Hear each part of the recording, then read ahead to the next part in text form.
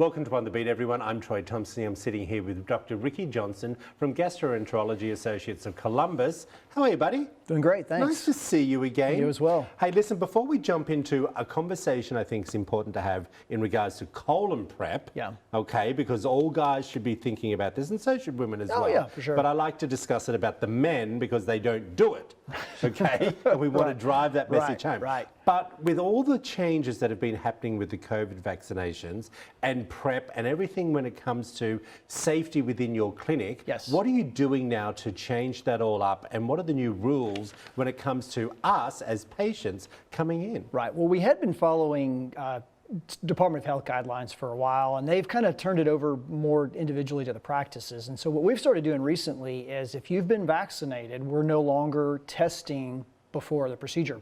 Previously, you had to come and get swabbed either a few days before or that's right. Yeah, we talked on about site. That. We would test for COVID before the procedures. Now, if you can bring us a vaccine card, we're not having to do any kind of pre-testing. We're still wearing masks in the office, still asking our patients to wear masks in the office, but we've at least eliminated that. Well, you were doing that before. Right. Like it's standard practice, It is, isn't it? and it's still recommended, even the CDC says it, in the medical environments, hospitals, clinics and such, you still should wear masks, even if you've been vaccinated. So one of the most important things that we should all be saying right now is keep your vaccine card. Yes, keep it, exactly. Take it to Staples, get it laminated, and keep it in your bag or somewhere. Right, and when they bring it to us, we scan it into our system, so, so it's there, so we know we have documentation of that for I wish my doctor would do that. Yeah, you guys are up with that. Right, but you know, while we're talking about vaccines, I wanted to take just a second to encourage everybody out there, if you haven't gotten it, please get it. They work, they're effective, they're safe. And we want everyone to know also, Mississippi's lagging a little bit in regards to the COVID vaccinations. Right. But the more people that have it and then encourage everyone, all the power to them. Exactly. You know, it's great. I've had it. Right. You know, there were no issues for me. Same. You know, most people I know have had it. Yeah, and I was going to say, most people, I think, out there trust their physicians. Yeah. And if you look at the physician take rate on vaccines, it's 95+%. So doctors trust it, doctors are doing it. I think that says a lot. I agree. All right.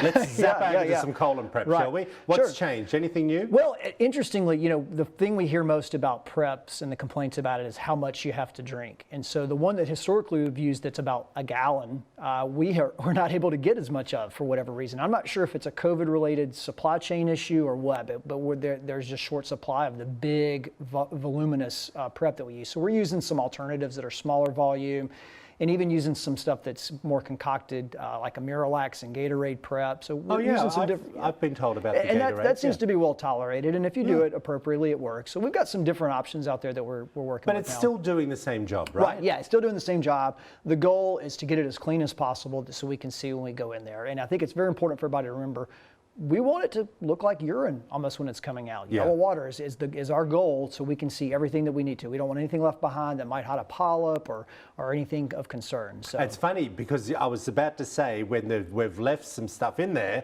that it will be covering up could be polyps, which could be cancerous. Exactly. And that's the important thing. And if the prep is not what I would consider adequate, then that means we either have to turn around and do it again with a better prep, or at least shorten the interval before the next one's done. So instead of maybe 10 years, you have to come back in 5, or instead of 5, you come back in 3. So we have to shorten sometimes. And we want everyone to know there really is no pain. You know, I've been in enough to have done it with you myself, and we've done it on camera. But and there's been and every year people get to see it again because we run it as a special. Right. But there is no pain, and we want all the men out there. What do you say to them who's sitting at home right now? Don't hesitate, get it. I think there's a lot of testimonials out there for people who have had their lives saved by doing it. A lot of them I see, almost daily, somebody who comes in at their wife's encouragement. So, as always, we really appreciate you. Yep. If you want to find out more information, there it all is up on the screen for you. Gastroenterology and Associates of Columbus. And remember, everyone, make sure you're prepping for your procedures. Back after this short break.